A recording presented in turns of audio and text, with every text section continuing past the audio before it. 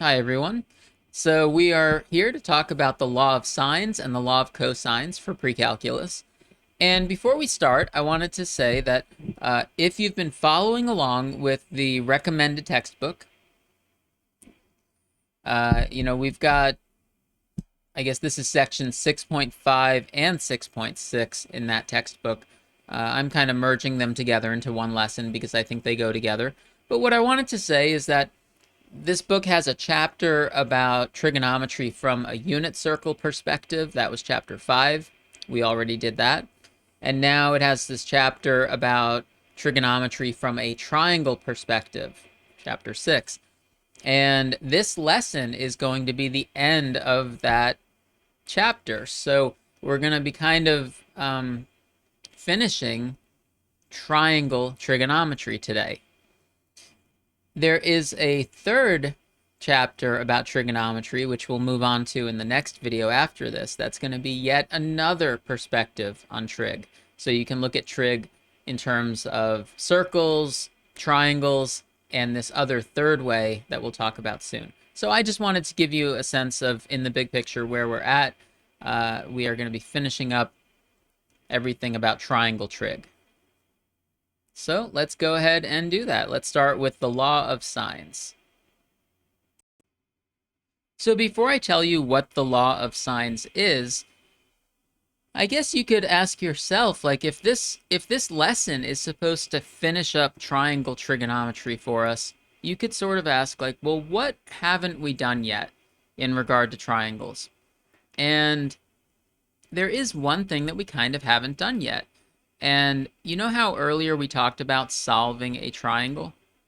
Well, we haven't really learned how do you solve a triangle if it's not a right triangle and there's no useful right triangles that can help us with it. Let me write some of this. Let me say, recall solving a triangle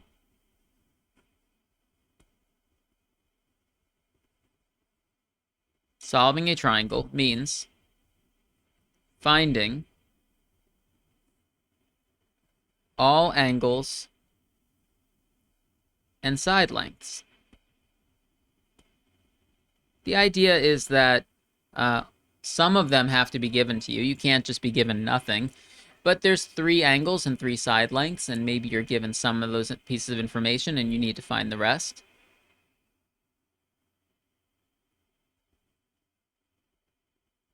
In our earlier lesson,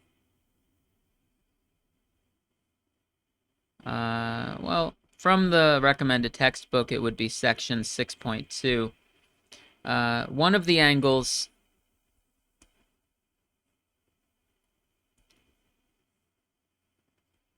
was 90 degrees. So we could use, when you know that you have a right triangle, what are some of the things you can use? Well, one of them is the Pythagorean theorem. And then you could also use like sine of theta equals opposite over hypotenuse, etc. Those are things that can be used for right triangles. So what we need to talk about today is how can you solve a triangle that's not a right triangle? And, you know, what are some rules that can help us with that? Now, if I wanted to solve a triangle that was not a right triangle, I could still use the fact that all 3 angles have to add up to 180 degrees. So that's one thing we could still use, but that doesn't seem like that's enough. We need some rules that are going to help us deal with side lengths, okay? And we can't use either of these 2 things.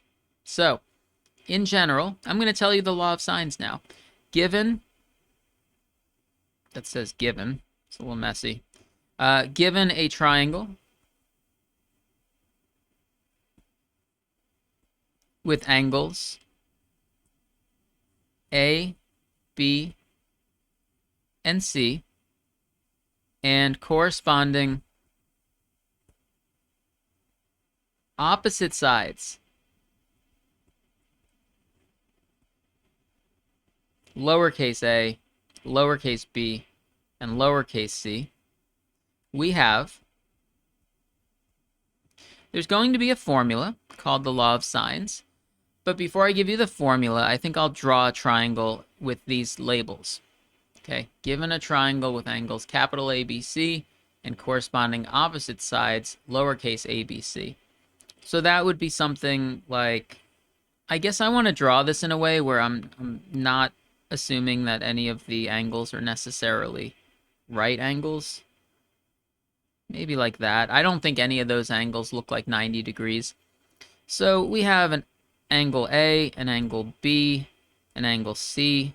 These are capital letters. And then the opposite side length. So opposite from A is lowercase a, opposite from B is lowercase b, and opposite from C is lowercase c. Okay? We have the law of sines formula says that sine of A over A equals sine of B over B, and that equals sine of C over C. It's a nice, easy formula to remember. This is called the law of sines. And this works for any triangle, not just right triangles. This works for any triangle as long as the sides and angles are labeled in this way. Lowercase a has to be opposite from capital A, and so on. So, it's saying that these ratios are the same, like the ratio of sine of A to A, and the ratio of sine of B to B, and the ratio of sine of C to C, that those are all equal to each other. And we can use this to help us solve problems, because this actually, I think it's really a great formula, because, you know, when we say solving a triangle means finding all angles and side lengths, that's 6 pieces of information for each triangle. What I like about the law of sines is it shows all 6 pieces in one formula. So maybe if you knew, I don't know, 3 or 4 of these already, you could write this formula and try to solve for the other missing pieces. Now, in this class, I do want us to try to derive some rules and prove some rules, and I just stated this formula, and I didn't tell you why it's true. We can actually say, why is this true? And we can answer this very quickly, actually. Where does this formula come from? Does it come just from nowhere? So, believe it or not, it comes from the area formula. The area formula for a triangle, which we talked about in an earlier lesson, said that the area is 1/2 BC sine of A. Remember that? So this might have been written a little differently when we first talked about that area formula, because I think the angle might have been called theta. Here the angle is called A. But doesn't that area formula say 1/2 times you take 2 of the side lengths and the sine of the angle between them? This is the angle formed by those 2 side lengths. B and C make the angle A.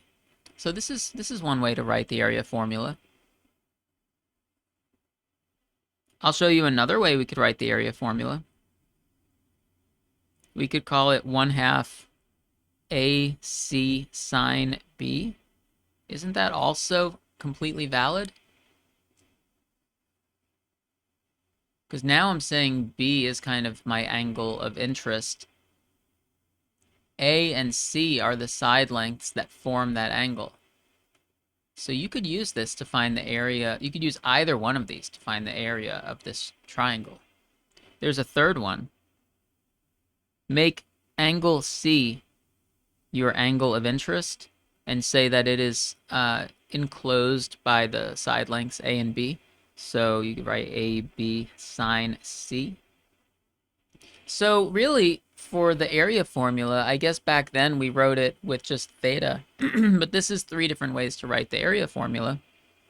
And, you know, you might use any of these depending on which pieces of info you're given. All right, so check this out. If you take this whole thing, take this entire thing, and multiply all of these by 2 over ABC to get the law of sines. That is how the law of sines is derived. Pretty cool. That's like a quick little proof. Because we already derived the formula for area. Yeah, look at that. The 2 over ABC, that would get rid of all the 1/2s. And the over ABC, it would cancel things from each of these. So like for the BC, the BCs would get canceled and there'd be an A there. And look at that, sine of A over A. For the next one, the A and C would cancel and you'd have a B on the bottom, and there's a B on the bottom. So that's where the law of sines comes from. I'll show you a problem that we could solve with this. Now, some of the problems in this section might be kind of calculator problems. I know that in this course we haven't been using calculators much, but you'll see. We'll use it for some of these, but on an exam, I would give you ones that, well, on an exam, if you're not allowed to use a calculator, then I have to either give you a problem that can be solved without a calculator, or give you a problem and you just simplify it as much as you can by hand. You know what I mean? And might leave it in kind of a messy form, and then that's that. Anyway, for today, for this lesson, we might use a calculator. Let's solve the triangle. It's going to be given. I'm going to walk us through this one. I'm going to draw a big picture here. This might not be perfectly to scale. It's okay. All right. Definitely does not look like a right triangle, but some things are going to be labeled. So here's A,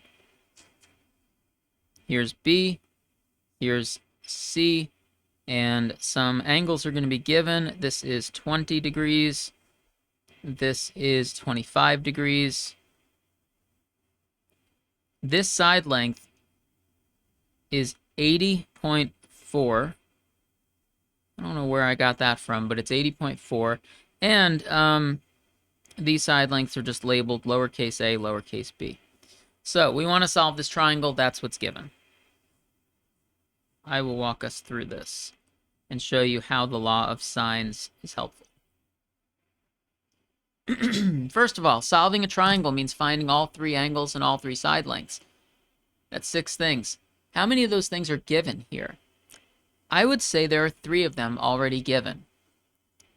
There's an angle, and there's a side length. So out of the 6 things we're looking for, we know 3 of them already. Okay, let's work on this. I think the easiest of the remaining pieces that we still need to find, I think that there's one of them that's the easiest. Because first, the sum of angles must be 180 degrees. So, angle B, do we want to just call it capital B?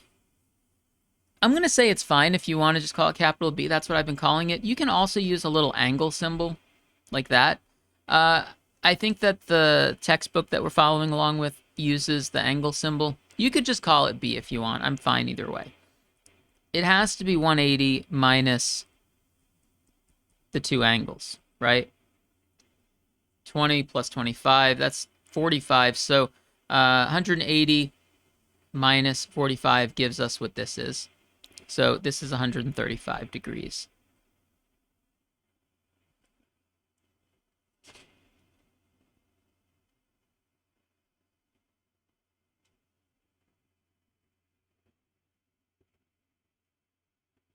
Let's continue. We need to find lowercase a or lowercase b. We cannot use the Pythagorean theorem. We cannot use opposite over hypotenuse or anything like that. Is there some kind of right triangle that we could form within this triangle or outside of it or something like that that might help? Maybe, but I don't think that that would be any easier. We're going to use the law of sines. Let's set it up down here where we have more room. Law of sines. It says, let's write out the entire thing. And as we write it, we'll fill in the pieces we know. So I know capital A. I don't know lowercase a, so I'm just going to leave it as lowercase a. I know capital B. We just found it, 135. Do I know lowercase b? No, I don't know that yet. And then sine of 25 degrees, and that's over lowercase c. Do we know lowercase c? Yes, 80.4. There's the 6 pieces of information for the triangle, and we know 4 of them. We're missing lowercase a and lowercase b. So we want to use this to either solve for lowercase a or to solve for lowercase b. We can't do both at the same time. We have to pick one to work on for now. I say let's go ahead and find lowercase b first. If you wanted to find a first, that's fine, but I think this stands out to me, that I could take these 2 parts from the law of sines. If I just ignore the first part and look at these 2, this is an equation with one unknown. And we could use cross multiplication. Cross multiply to say 80.4 sine 135 degrees equals b times sine 25 degrees. We're going to be able to use this to solve for b. So b is equal to 80.4 sine of 135 degrees over sine of 25 degrees.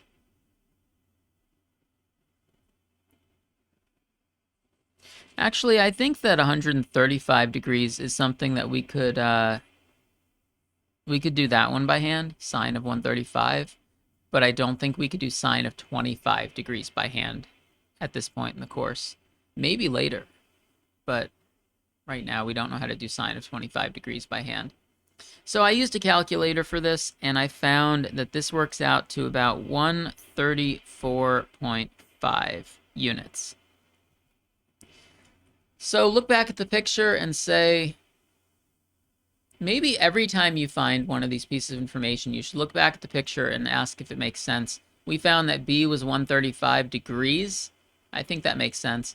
And lowercase b is 134.5 units. Well, it makes sense if you look at this one being 80, that this would be a lot bigger than 80. So yeah, 134.5. We still have to find one more thing. Now we need to find a, lowercase a. So sine of 20 degrees over a equals, it equals these other 2 things, right?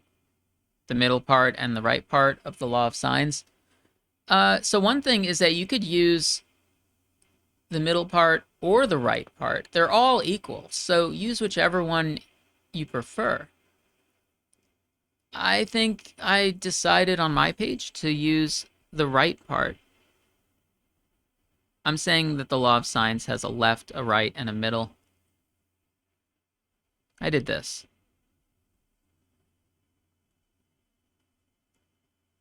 Those are equal to each other. And then from this, cross multiply 80.4 sine of 20 degrees equals a times sine of 25 degrees. I don't think in this class that we've learned yet how to do sine of 20 degrees by hand or sine of 25. But we'll at least say that a is equal to 80.4 sine of 20 degrees over 25 degrees. And I guess what I'm saying is if this was an exam where you're not allowed to use a calculator, you would just put a box around this and say that's the answer. But since we're just in a lesson right now and we can use a calculator, I found this to be about 65.1.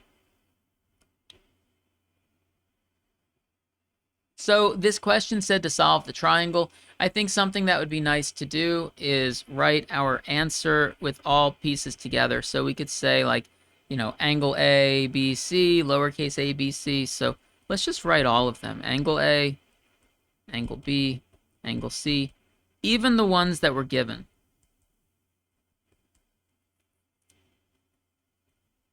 It goes 20 degrees, 135 degrees, 25 degrees. Double check, does that add up to 180? I think we're good. For lowercase a, we just found 65.1. For lowercase b, we found 134.5. It's just a coincidence that that's similar to the angle b. It's a complete coincidence. And then lowercase c was given as 80.4. So we solved the triangle, and there's all the answers.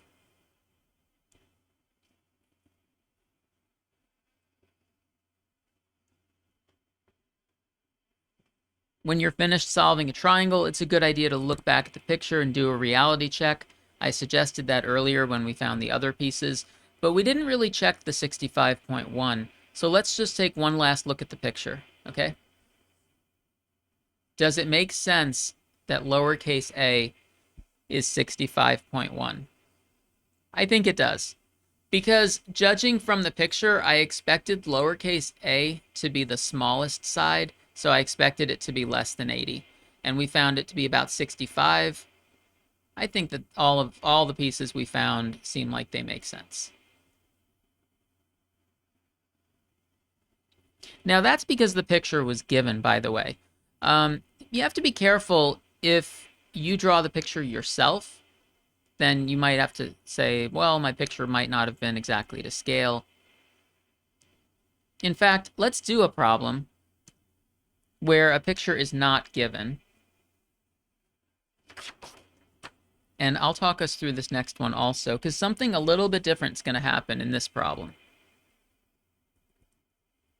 Again, it's a solve the triangle problem. The law of sines could be used for solving triangle problems, but it could also be used for other problems like, maybe there's a problem where it just tells you to find one piece. Like, here's a triangle, find the side length labeled B. Maybe it could even be a word problem, But we're doing the solve the triangle problems because they kind of get us to do it all. All right, solve the triangle ABC, where we're going to be given some information, of course. Angle A is equal to 45 degrees. You notice that a lot of these ones tend to be in degrees, not radians. Lowercase a is 7 times square root of 2, and lowercase b is 7. I'm going to do this one for us. No picture is given.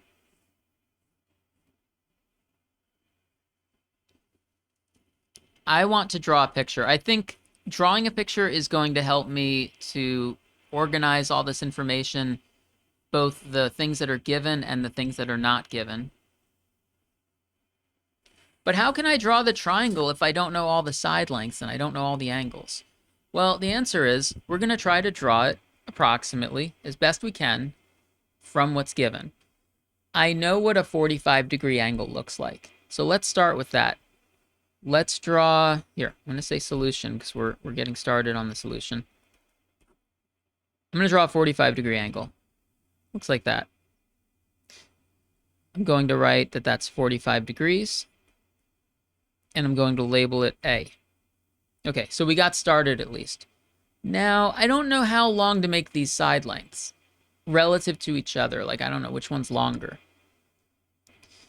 Well, let's think about this. The opposite side length is going to be lowercase a, which is 7 square root of 2.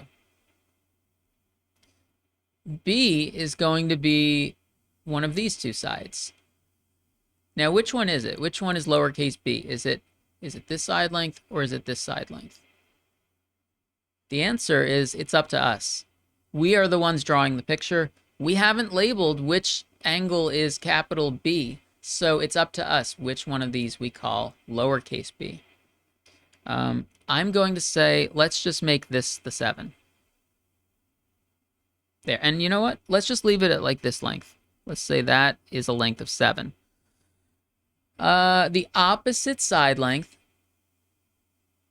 I guess we've made some decisions already, haven't we? Wherever the vertex of the triangle winds up being over here is going to be capital B, and that means this must be capital C. So we've just made that decision.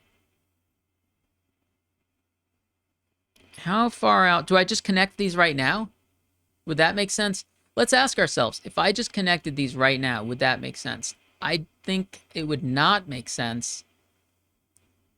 And let me explain why. 7 times the square root of 2 is bigger than 7. So I need to reflect that in my picture. If I just chop this right here, or even earlier, it's not going to look right. I need this side length to be longer than 7.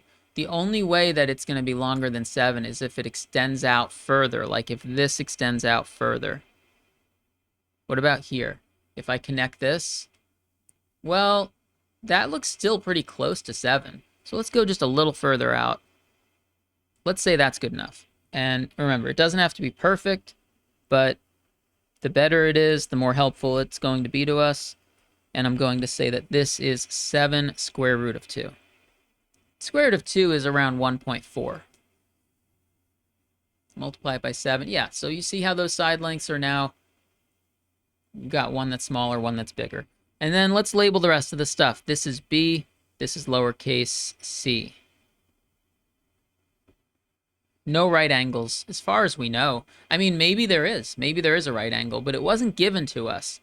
If there's a right angle, we'll find out as we're working on the problem.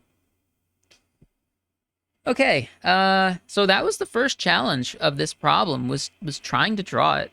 Trying to make like a relatively accurate picture. Let's use the law of sines, because I don't know if it's a right triangle or not. So what we've learned in this lesson is that the law of sines can help us to solve triangles that are not right triangles. Technically, it can also help us with triangles that are right triangles. So if this winds up being 90 degrees, this will still work. I wrote out all the parts of the law of sines. Again, it looks like there are 3 pieces of information given and 3 pieces we don't know. We don't know capital B, capital C, or lowercase c. So what do you think we should go after first? What should we try to find first? Well, here's the thing. If we look at c, like sine of c over c, the 2 unknowns are together. So it's going to be hard to find either of those right now. I think we should focus in on this part of the law of sines, because if you look at this as an equation, something equals something, there's only one unknown piece. Let's use this. Let's use cross multiplication. So, diagonal, so 7 square root of 2 sine b equals 7 sine 45 degrees. I know what sine of 45 degrees is. Maybe we'll see if we might be able to do this whole thing by hand. Maybe. Okay, so sine of b is equal to 7 sine 45 degrees over 7 root of 2. It's looking pretty good. 7 over 7 cancels, right? 7 over 7 cancels. What's sine of 45 degrees? You know what sine of 45 degrees is. That's square root of 2 over 2. On the bottom, though, we have a square root of 2. I canceled the 7s. Do you see what this simplifies to? Square root of 2 over itself cancels and leaves us with 1/2.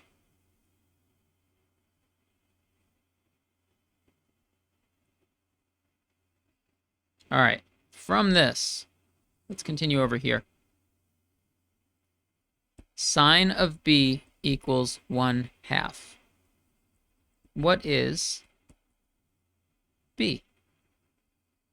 Do we know an angle that when you take sine of it, you get 1/2? I think we probably do. But I have to warn you, don't just use inverse sine.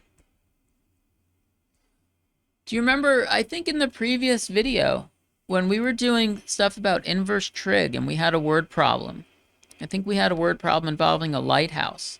And I talked a little bit about how there were like potentially two different answers, but only one of them made sense. And I think in that discussion, I said something like, I think I said it is okay to just use inverse sine, but that was because it was a right triangle. This we don't know if this is a right triangle or not. Let me explain some more. I'll explain some more about why I don't want to just automatically assume that it's inverse sine. Inverse sine has a range of negative pi over 2, comma, pi over 2, which is, in degrees, negative 90 degrees to 90 degrees.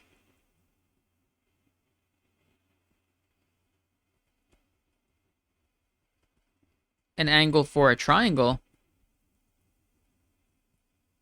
must be within. What kinds of angles can we get in a triangle? Well, it has to be greater than 0, and it has to be less than 180.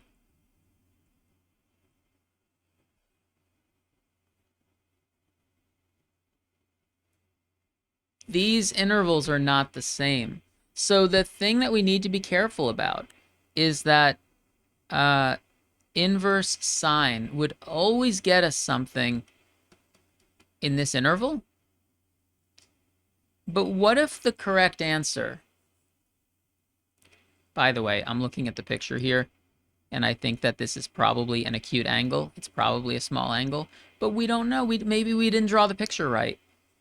Maybe we didn't draw it exactly to scale, or maybe there's more than one possible shape to this triangle. Okay, I think B is probably acute, but what if B is supposed to be like 100 degrees? Inverse sine would never find something that's 100 degrees. So I think what we should do is just say sine of B is 1/2. What is B? Let's find it by thinking about where on the unit circle do we know common values that give us a sine equal to 1/2. I know that sine of 30 degrees equals 1/2, and sine of 150 degrees equals 1/2. Out of those two options, I think one of them matches up better with our picture. So, is angle B 30 degrees, or is angle B 150 degrees? I'm going to say that it can't be 150 degrees because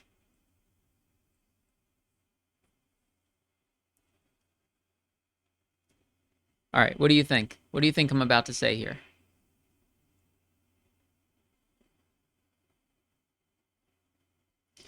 I'm not going to say because of the because it looks like it wouldn't fit into the picture. 150 degrees looks like it wouldn't fit into the picture, but I have a more solid reason. It's because angle A is already 45 degrees. Do you see why that's a more definitive reason why angle B can't be 150 degrees?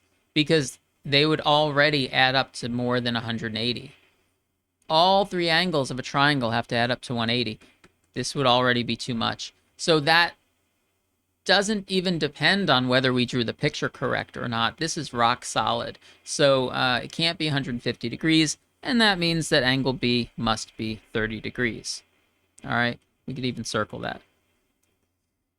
I know that was a lot of discussion to get to this. I said don't just use inverse sine. It looks like inverse sine would have actually gotten us the correct answer this time.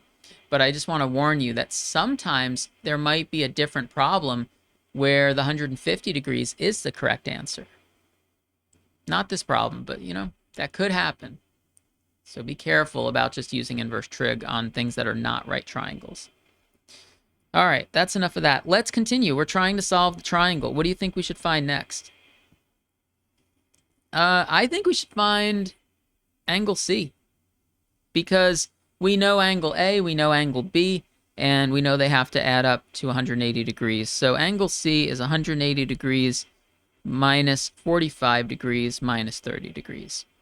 And that's going to be 105. All right. How well is this matching up with our picture, by the way? Did I do an okay job with the picture? Well, yeah, it looks okay.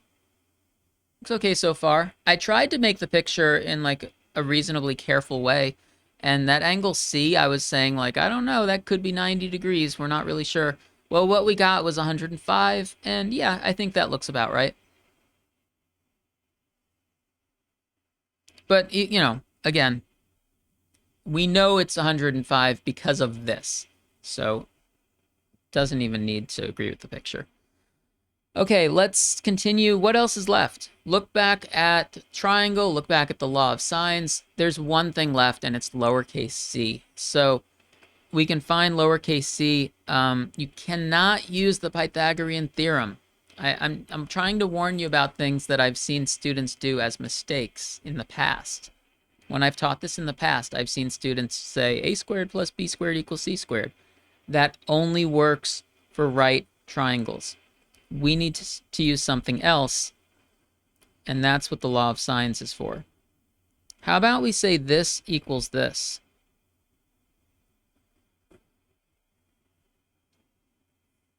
That'll get, that'll get us lowercase c. That's good. C times sine of 45 degrees equals 7 root 2 times sine of 105 degrees. So C is equal to, all right, so 7 square root of 2 sine 105 degrees over, I know sine of 45 degrees is the square root of 2 over 2. Let's try to simplify this. I guess I have a square root of 2 over square root of 2 that should cancel. 7 divided by 1/2 is 14. Do you see how I did that? I canceled the square root of 2's, and then it was 7 divided by 1/2, which is 14. Well, do we know sine of 105 degrees? Do we know that one? Not really. Not really. That's not one of our common angles that we know. Believe it or not, that is, I'm sorry, I'm covering it. Believe it or not, that is an angle that we would be able to do by hand later in the course, but we can't do it by hand right now. So we would either leave it like that, or I found it with a calculator, and this winds up being 13.5 approximately.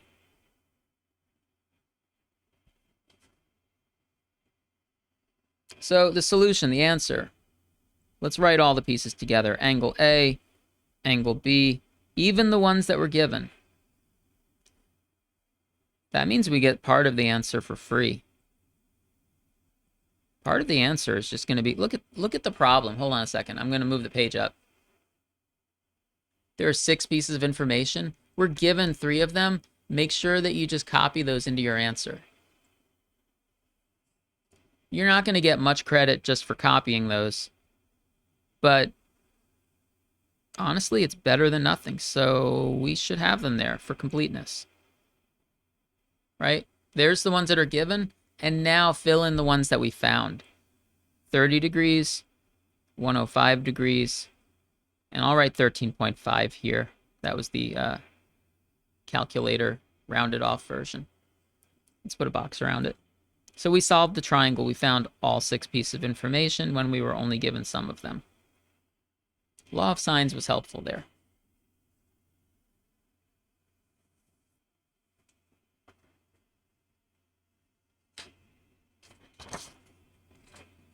Got a little more to say about the law of sines. And a little bit more to say about that issue that we had in the middle of the problem. So, remarks, we had two choices for angle B, but only one made sense for this problem.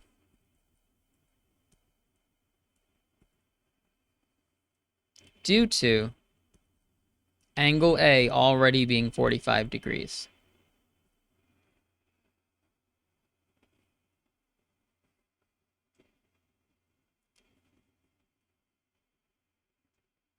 Let me ask you something. So I said, for the two choices for angle B were like 30 degrees and 150. And I said, yeah, it can't be 150 because then we'd already go over 180. What if this problem had been written differently? And what if angle A was given as 15 degrees? If angle A had been given as 15 degrees and we went through the problem, I'm just making this up. We're not going to go through the whole problem again, but I don't know if it would have worked out exactly the same or not. But let's just say hypothetically, if we got to this part of the problem and we were trying to figure out, is it 30 or is it 150? And angle A is 15, it would seem like, well, either one of them could technically work, right? Because you add up 30 and 15, you add up 150 and 15, either one of them would still be under 180 degrees. So how do you know which one is right? Do you look at your picture? What if your picture isn't drawn in the correct way? So here's the answer to that issue. Sometimes both choices are valid. And the problem has two solutions. That's the answer to that issue. If you get to a point like that in a problem and you see like there's two, you're on like a branching path where you could either set angle B to be one thing or set angle B to be something else, and both of them seem to make sense to you, then you continue the problem in both directions and you wind up writing out two solutions. And there's an example of this in the textbook. I decided, for the sake of time, not to do it, but in the recommended textbook, you could see example 4.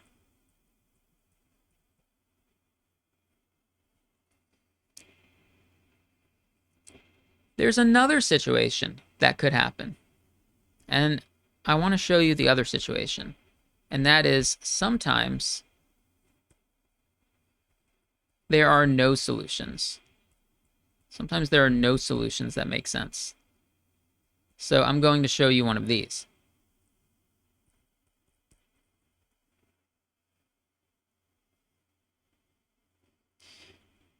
Let's say a problem tells us to solve the triangle ABC, where we're going to be given some information. We're going to be given angle A is 60 degrees. Lowercase a is 80. Lowercase b is 110. And I'll walk us through this because even though I'm already kind of spoiling the answer for you, I've already told you there's going to be no solutions. I want to show you what happens. Like, what happens when we try to solve it? How do I know there are no solutions to this? This is phrased kind of like the previous problem. It's phrased like a normal question. So we say, all right, well, let's just try it. Let's try, I don't know, should we try drawing it? You could try to draw it, but ultimately, it's the law of sines that helps us find side lengths and angles. So let's just write out the law of sines. Law of sines. Here, I'm going to call this solution, even though this is me trying to solve the problem. All right. Law of sines says sine of 60 degrees over 80 equals sine of b over 110 equals sine of c over c. Everything looks fine so far. And you might say, okay, we've got some given information and we've got some unknown information, and I want to grab these parts and try to solve for capital B. Cross multiply, 80 sine B equals 110 sine 60. Okay? Looks okay so far. Divide both sides by 80. You get sine of B equals, let's simplify. 110 over 80. 110 over 80. Let's write it as 11 over 8. Do you know what sine of 60 degrees is? Sine of 60 degrees is one of our common angles. It's the square root of 3 over 2. Okay. What does this whole thing equal? Can we just leave, do we just say B is inverse sine of this or what? Like, do we leave it like this? Hmm.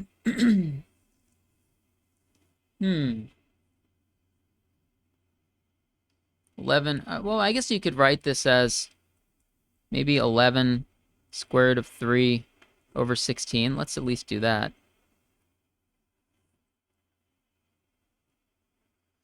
I'm just going to say note. The square root of 3 is approximately 1.7. Okay? You don't have to know it exactly, but it's around 1.7. What's 11 times 1.7?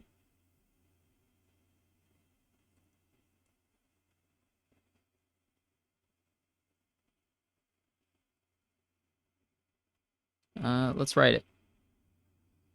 11 times 1.7.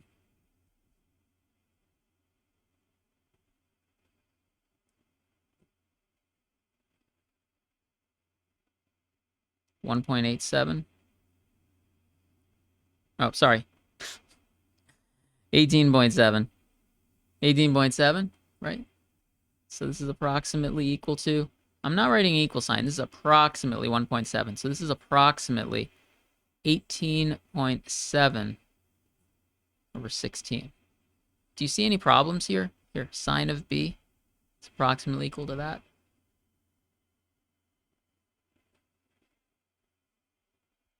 This is a problem. This is a problem.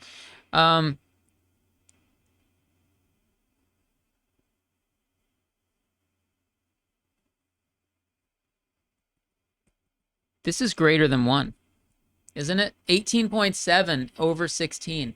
Whatever it is, it's greater than 1. And that's a problem because sine of something can only ever go as high as 1. It can't get any bigger than that. Where on the unit circle does sine of an angle equal, what is this? 1 point something. Maybe this is about 1.2. Are we up here? There's nowhere on the unit circle where this happens. There is no angle B that has sine of B greater than 1. We know that from the unit circle, thinking of sine of an angle as being the y-coordinate of a point on the unit circle. There's another way we know it too. The graph of sine. What's the highest value that the graph ever goes? The highest graph value is 1. There's nowhere on this graph that it ever gets greater than 1. Anyway, the point of all this is you get to something like this and you say, this doesn't seem possible. There's no angle B that's going to work. If there's no angle B that works, then the entire triangle doesn't work. And you say, no solution. All right, so that was an example to show you that solving the triangle, it is possible to get a problem where there's no solutions.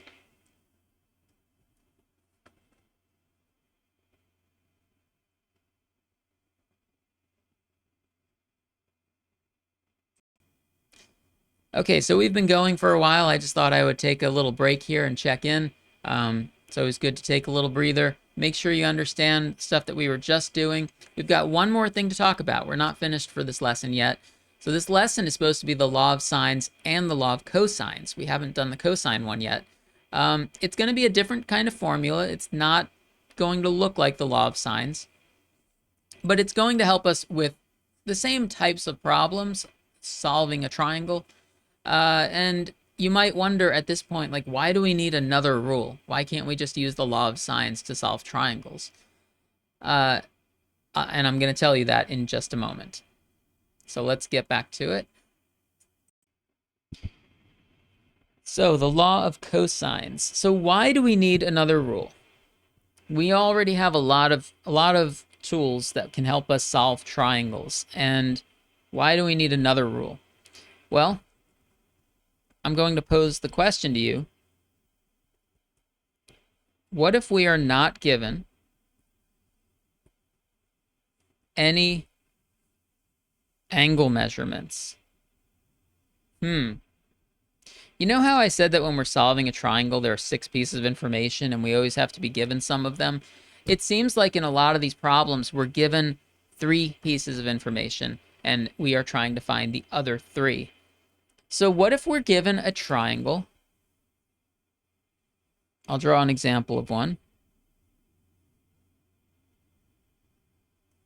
Here's A, B, and C. And what if we're given the side lengths only? Is this even possible to solve?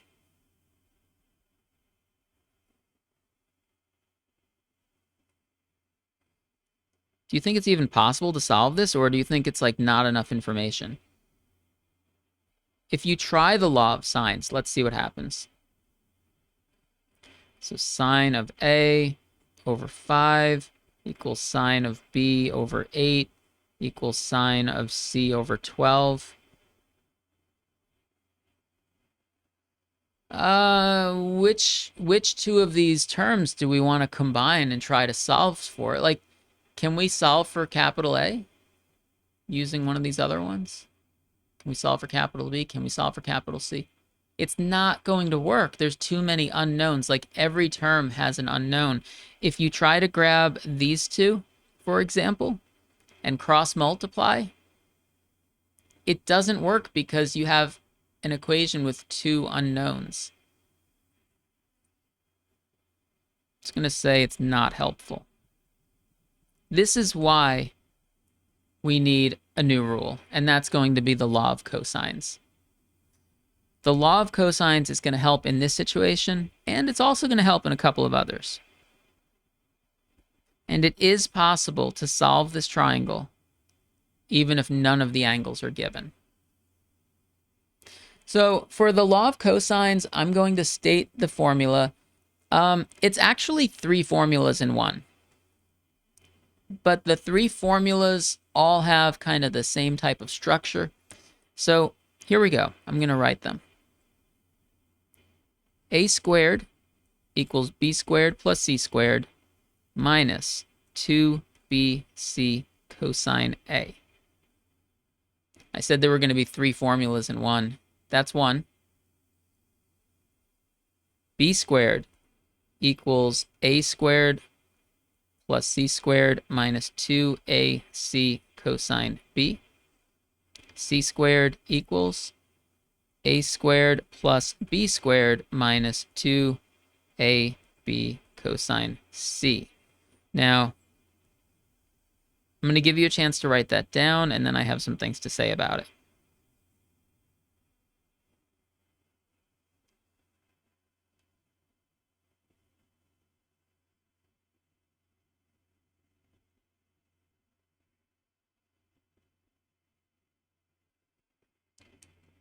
All right. First thing I wanted to say is these formulas are derived and proved in the textbook, and I think I'm not going to prove them in this video lesson. It's something that we could come back to later if we have time, but I'll tell you just the short version of it is the way that these formulas are derived comes from the distance formula. You basically draw a general triangle and apply the distance formula, and there's a little more to it than that, but that's where these come from. Okay, second thing I wanted to say is, wow, it looks like we've got these 3 complicated formulas to memorize, and we already had other things to memorize. I want to say that if you can remember one of these and know like the overall structure, you'll see that all 3 of them have a pattern. So, in the first one, we have A, B, and C. And, then we have B, A, and C, and then we have C, A, and B. So on the left-hand side, you have one of the sides, and it equals the other one squared plus the other one squared minus something, right? Here's C, here's the other one squared minus something, okay? What are we subtracting? Notice that in the first formula, which has b squared and c squared, we're subtracting 2bc. The b and the c were here. The b and the c are here. And the cosine is being done of the angle A, which is going along with A. In the second one, cosine is being done of B, which goes along with B. And in the third one, cosine of C, which goes along with C. So I feel like there's a structure here that if you remember one and you know the overall structure, you'll know all 3. Another thing that I think helps to remember these formulas is that I think out of all 3 of these, the third one is my favorite. Okay. That's how you know I'm a math professor, because I have a favorite formula from the law of cosines. But this third one, why is this my favorite? Well, if you looked at how it starts out, c squared equals a squared plus b squared, that's the Pythagorean theorem. It starts off looking like the Pythagorean theorem, except minus some stuff. Now, why is it minus some stuff? Why isn't it just the Pythagorean theorem and you just stop there? Why, like, what if you just stop there? They'd all be the Pythagorean theorem, like, pretty much. But, like, why is it minus some stuff? The reason it's minus some stuff is because we don't necessarily know if this is a right triangle or not. Okay, if it's a right triangle, you can use the Pythagorean theorem. But yeah, I think that makes this easy to remember. C squared equals a squared plus b squared. It's the Pythagorean theorem minus this other stuff. It's kind of like saying this is how far off the triangle is from being a right triangle, because this is how different it is from us using the Pythagorean theorem. That's probably enough of me talking about the formulas. Let's actually see how they get used. This example, let's go back to this example and solve it.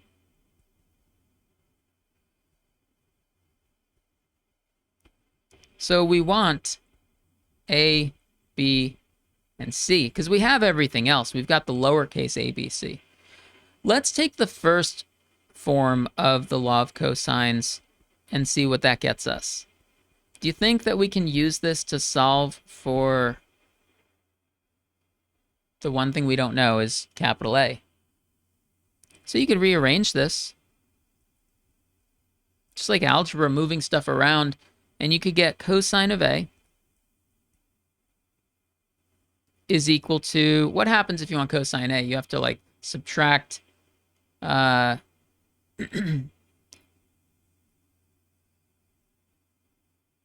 do it in a couple of steps, I guess. Maybe I would add 2bc to both sides, subtract a squared from both sides, divide by 2bc. You're going to get b squared plus c squared minus a squared over 2bc. That sounds good. We know all of these lowercase letters, though. They're labeled 5, 8, and 12. So let's put them in. 8 squared plus 12 squared minus 5 squared over 8 times... Oh, don't want to lose the 2. The 2 times the 8 times the 12. Like that. 2bc is 2 times 8 times 12. I worked this out to be 183 over 192. I'm glad it's less than 1, because we're doing cosine of an angle equals this. So, the angle A is inverse cosine of 183 over 192, which looks like it does exist because, you know, cosine of an angle and it equals something a little bit less than 1.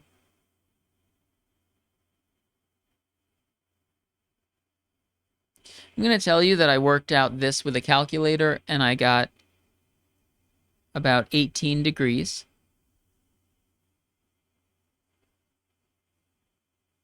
I'll circle that. That's one of the pieces of the triangle. Look at the picture. Does that look like 18 degrees? Maybe not exactly. I think in the picture it looks a little bit bigger than 18. But okay, 18 degrees. Similarly,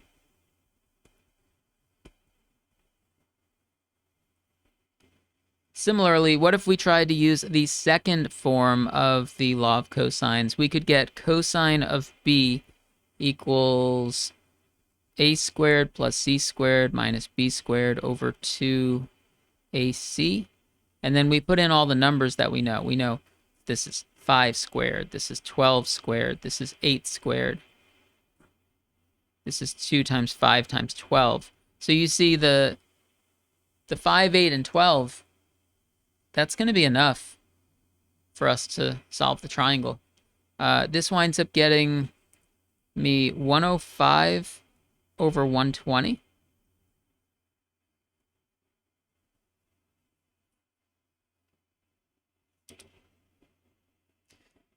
One over 5 over 120, I noticed, is that can be simplified. I noticed they're both divisible by 5. In fact, they're both divisible by 15.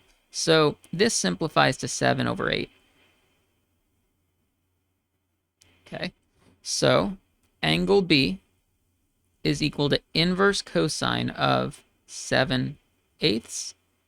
That's not one of the common values we know. I did use a calculator to find this, and it is about 29 degrees. I probably rounded off to the nearest degree.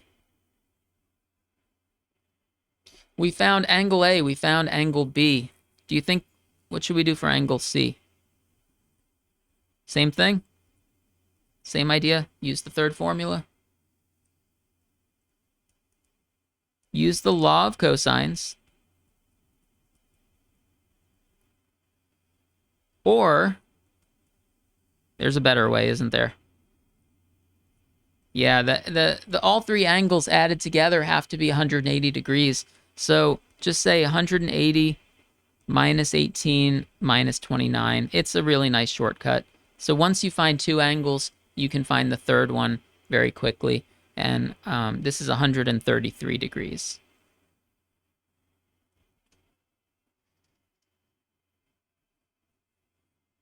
So let's see, 18, 29, and 133.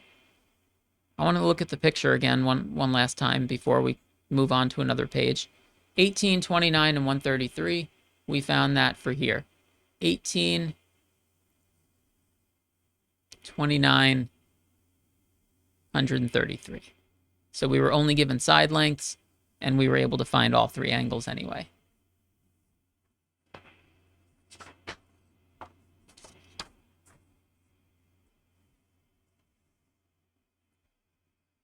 There's something I need to address. Some of you might have actually been wondering, as I was doing this, why did I just used inverse cosine. I just used it like it was okay to do that. So for law of sines, we said don't just use inverse sine. We had a whole discussion about that. And that was because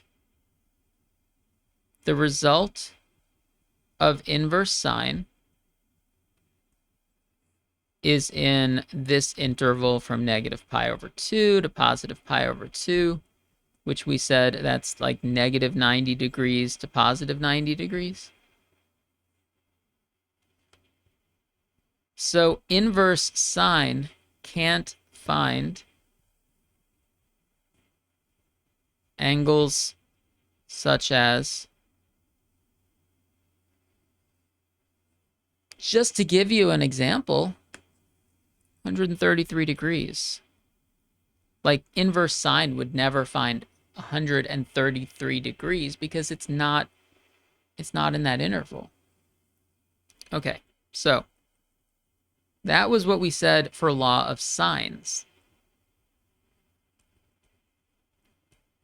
For law of cosines,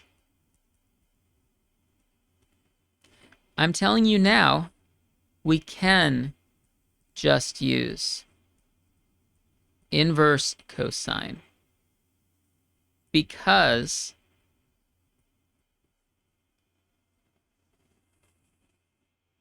let me give you a chance to see all that and catch up.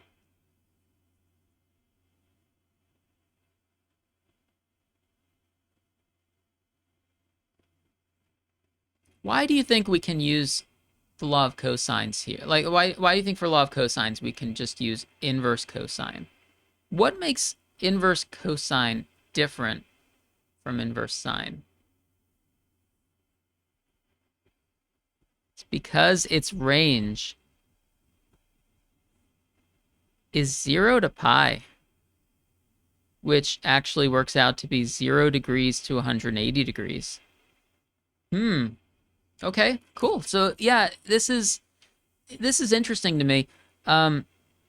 Every angle between 0 and 180 degrees has a unique cosine.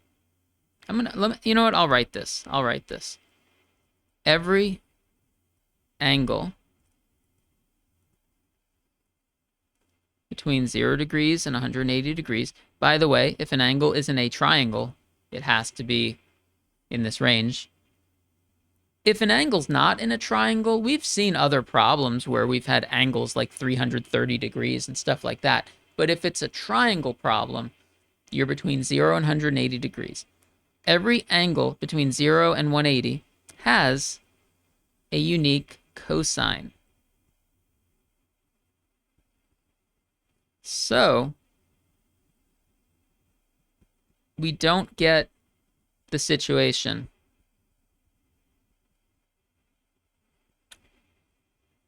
where there are two solutions. Okay, so with inverse sine, we said sometimes there's some ambiguity, sometimes there's two solutions. The law of cosines is a more complicated formula. However, the nice thing about it is there's less ambiguity. It's okay to just use inverse cosine, and that's what we did on this problem. And that's how I got the 18 degrees and the 29 degrees. I just used inverse cosine. I didn't have to draw a unit circle and consider multiple possibilities. Just used inverse cosine and got one possibility for each.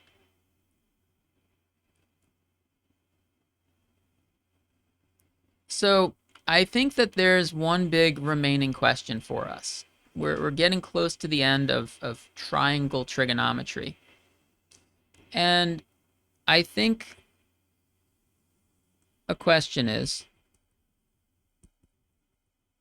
when to use each law. There's the law of sines and there's the law of cosines. All right. I'm going to say for solving a triangle.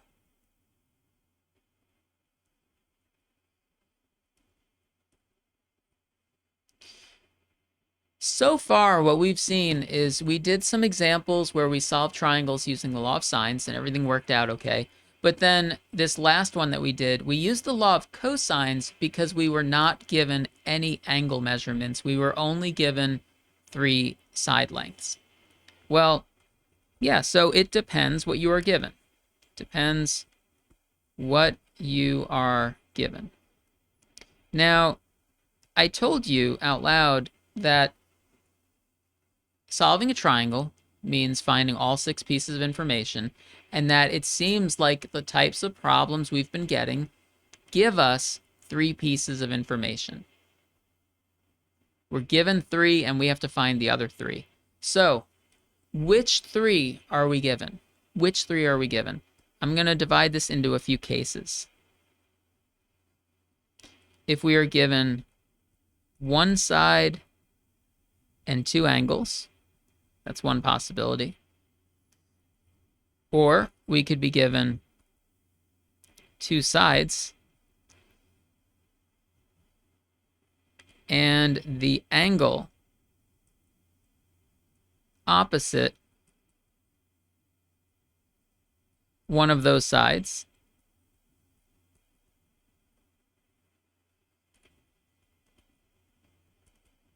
there's four cases, by the way.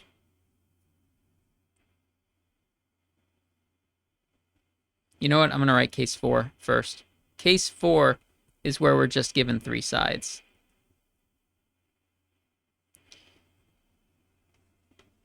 What do you think case 3 is? What do you think case 3 is? What's the other possibility?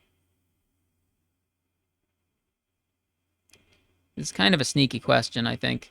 I wasn't planning to ask you this, but what other possibility could there be?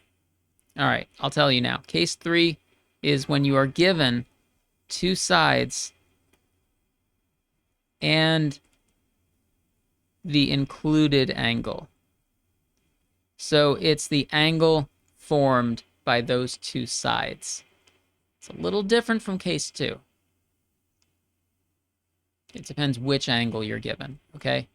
And the reason why maybe this was like a sneaky question is because I'll just say off to the side, we can't just be given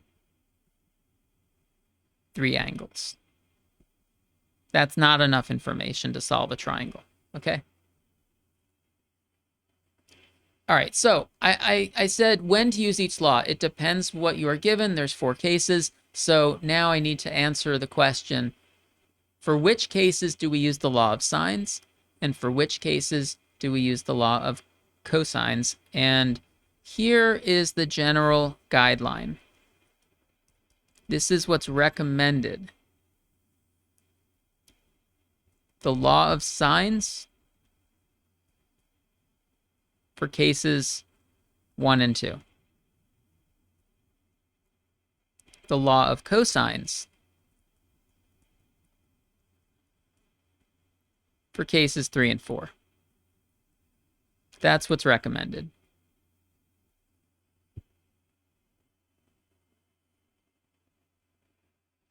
That's the answer to the question, when to use each law. Depends what you're given. Try to follow these guidelines. I want to talk about this a little bit. We got a few things on here that I want to talk about. All right, one thing is, why can't we just be given 3 angles? I mean, one answer I could give you is that if you tried the law of sines, it would not be helpful. There's too many unknowns. But then if you tried the law of cosines, it also wouldn't be helpful. There's too many unknowns. So maybe that's one answer to why can't we just be given 3 angles. I have another answer to that question. Why can't we just be given 3 angles? It's because you could have a triangle that has 3 particular, like maybe this is 60, 60, and 60. Here, look at this. 60, 60, and 60 with side lengths 1, 1, and 1. I'm just drawing a very small triangle here. Let's say it's 60, 60, and 60, and side lengths are 1, 1, 1. You could also have a triangle that's 60, 60, and 60 with side lengths 3, 3, and 3.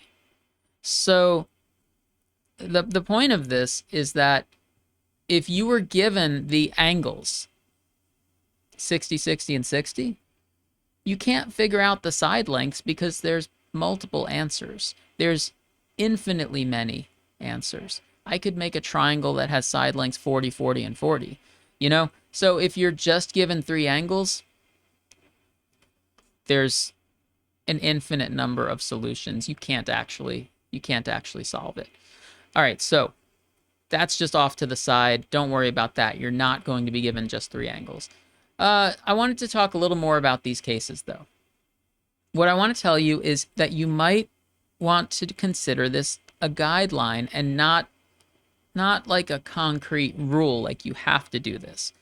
You might actually want to experiment with a problem to see what works. Technically, I think you should be able to do case 2 with either law. I think case 2 works either way. The textbook that we're following along with recommends law of sines for that case. But I think that you can do it either way. Also, something else that I wanted to say is you might want to use a combination of both laws. You know, in the problem that we did a few minutes ago, let me bring this back up here. We were trying to find angle A, angle B, angle C. We found angle A using the law of cosines. We found 18 degrees. After we had angle A, let's look up here. After we had angle A, if we had put in 18 degrees here, we could have used the law of sines to find angle B. So sometimes a combination of laws is the way to go. You maybe use the law of cosines for the first step, and then use the law of sines to find the next one. And then maybe use this to find the third one. So a combination of strategies can work well.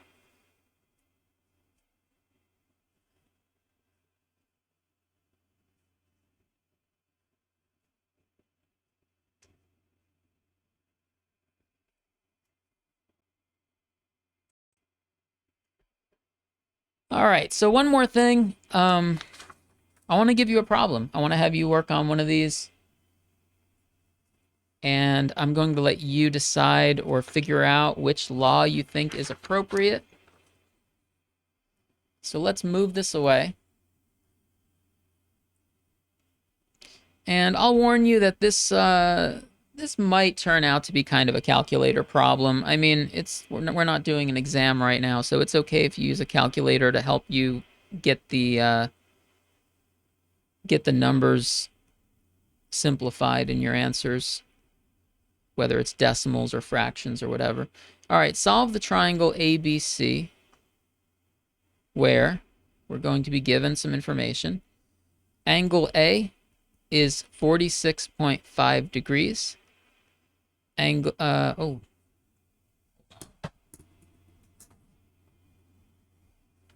hold up just a second. I was about to write another angle, but I'm not giving you another angle. Angle A, side length B, is 10.5, and side length C is 18. All right, so I'd like you to pause the video and try this.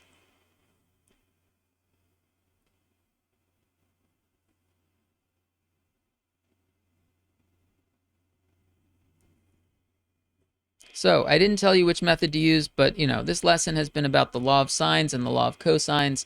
So doesn't seem like we don't know if this is a right triangle or not. So we're going to have to use one of those. I'm going to do this thing again where I try to draw a picture of this situation. Even though I don't know exactly what the triangle looks like, I do know what a 46.5 degree angle looks like.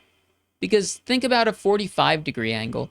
If you draw like a 45 degree angle, that's probably going to be close enough, right? You could try to make it look slightly bigger if you want. All right, so let's label this A and say it's 46.5 degrees. That means the other vertices B and C are these two, and like which one is B and which one is C is up to you because it's your picture. I think I'm gonna put angle B somewhere over here, and that means angle C is going to be up top. Okay, so if angle B is down here, then that means lowercase b is this. Lowercase b is this. And I'll go ahead and just say this is C. And now I need to extend this so that these two side lengths touch each other. Oh, you know what? We could also say that this is lowercase c. How long is this supposed to be? 18? 18 means that when I extend this line a little bit further, it has to look longer than B. 18 has to look longer than 10.5. So that tells me that this should go out further. Maybe, what do you think? Like that? You don't have to like get out a ruler and measure it exactly. Just try to make the sides that are bigger look bigger. All right, so here's B, and we'll connect the dots. And that means that lowercase a is over here. So this is a good picture to start with, I think. We've drawn what the triangle might look like, and we've labeled everything we know. So what are we given? Which case are we in? We are given two sides and the included angle. All right, so I'm going to say that this falls into case 3. So I'm going to use the law of cosines because I have two sides and the angle that's formed between those two sides. So the law of cosines, there's 3 forms to it, so you have to figure out which form do you want to use. What are we trying to solve for? Do you want to find capital B? Do you want to find capital C? Or do you want to find lowercase a? You know, what do you want to find first? I'm going to try to use this form. That should be an equal sign. Let me just rewrite this. A squared equals B squared plus C squared minus 2BC cosine A. All right. Why am I using this form? Because look at it. We know everything in here except for one piece, lowercase a.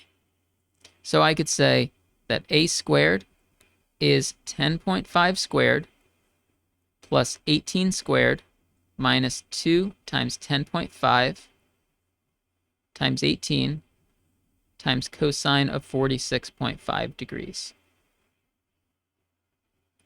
Everything on the right-hand side are numbers that we were able to put in. Granted, it's a little bit messy. That's why I said you might want to use a calculator to help you get your answer.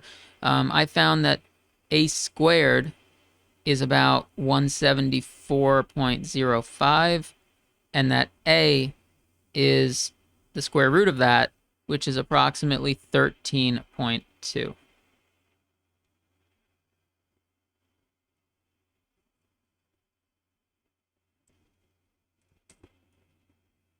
So looking at the picture, I could ask myself, does 13.2 make sense?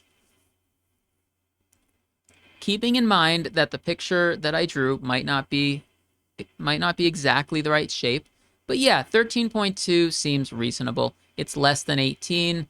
Maybe it looks a little bit bigger than the 10.5, so I think we're doing okay so far. Now we still need angle B and angle C. We haven't solved the triangle until we have everything. So what do you think we should do? How are we going to find angle B? Well, I decided to use the second formula from the law of cosines. Now, could you use something else now? Maybe you could use the law of sines now that we found A. Yeah, you probably could. But I decided to just keep going with law of cosines. You know, I like this because we know everything. We know everything in this except B. So we can use this to solve for B, capital B, right? So I found that if you rearrange this, cosine B equals A squared plus C squared minus B squared over 2AC. We know lowercase a, we know lowercase b, we know lowercase c. Put all of those in. I got cosine of b is approximately this decimal.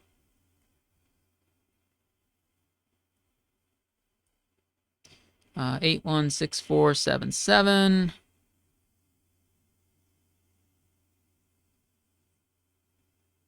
You know what's nice about the law of cosines is I told you that it's okay to just use inverse cosine. You don't have to question where is it on the unit circle or anything like that.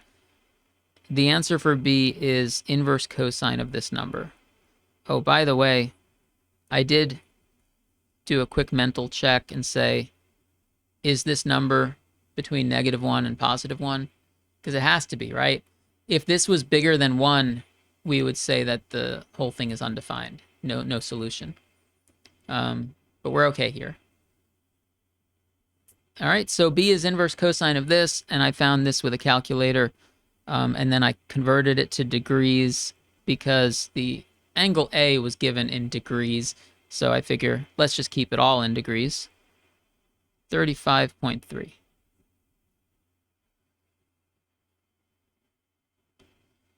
One thing remaining, we need to find angle C. So now find angle C. And there's an easy way to do that, of course, because we know two of the angles. We know angle A, we know angle B. So angle C is going to be 180 minus 46.5 minus 35.3. And I get 98.2 degrees. You could double check that those all add up to 180. So this is how I did it. You might have done it a little differently, but you should get these numbers.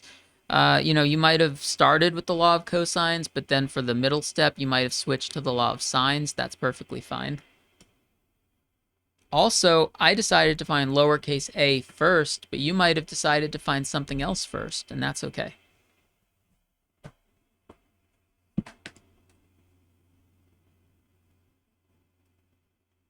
All right, I have one more thing to say. One more thing. In this section,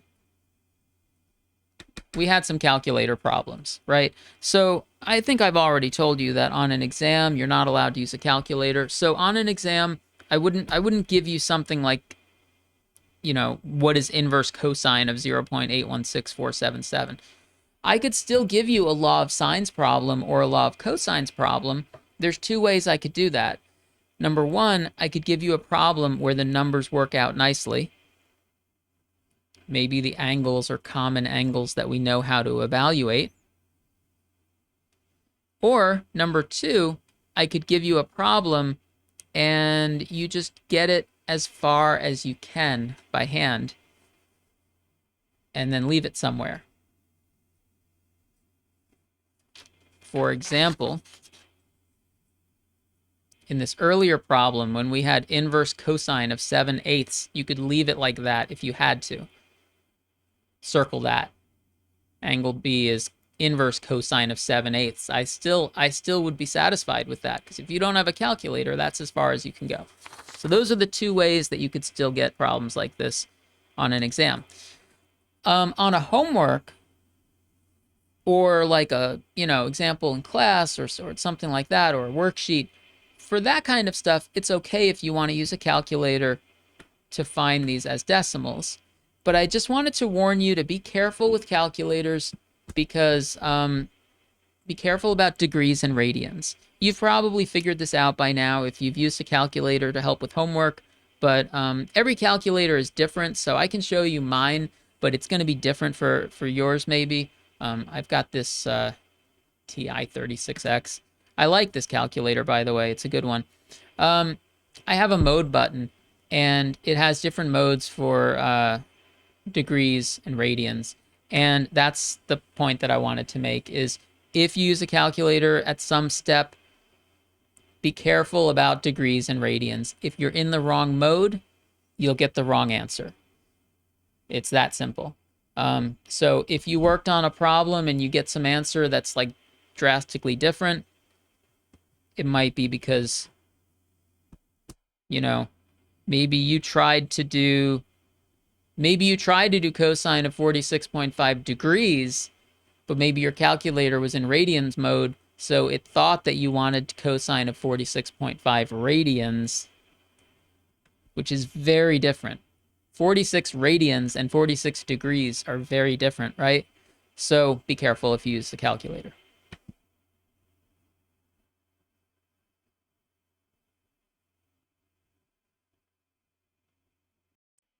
All right, so that's a good place for us to stop. So in this lesson, we learned about the law of sines and the law of cosines, kind of a 2-in-1. 2 lessons for the price of 1.